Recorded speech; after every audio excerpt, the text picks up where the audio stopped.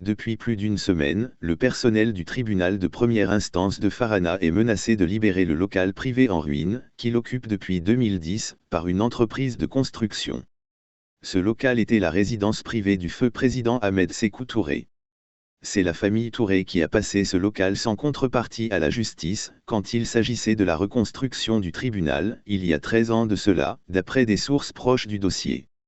Aujourd'hui, le président de la transition, colonel Mamadi Doumbouya a décidé de rénover l'ancienne résidence du feu Ahmed Sékou Touré, qui était à l'abandon depuis sa mort. Vu le démarrage des travaux de rénovation, l'entreprise chargée des activités aurait donc demandé au personnel du tribunal de première instance de Farana de libérer le local, il y a environ une semaine. Ce qui sans doute mettrait les travailleurs dans des difficultés de trouver un bureau. Il faut rappeler toutefois que la reconstruction du tribunal de première instance de Farana avait démarré sous l'ère du CNDD. Sans aucun résultat probant. Pourtant, lors du périple du ministre de la Justice, garde des Sceaux à l'intérieur du pays, il avait été promis par l'entreprise en charge de la reconstruction du tribunal de première instance de Farana, qu'il recevra la clé le mois de juin 2023 mais. Une promesse qui a toujours du mal à se réaliser.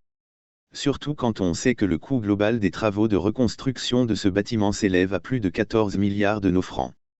Faut-il rappeler également qu'après plus de 60 ans de souveraineté nationale, le manque criard d'infrastructures judiciaires reste toujours une plaie pour certaines villes de la Guinée, alors que la justice reste déterminante dans la restauration d'un état de droit.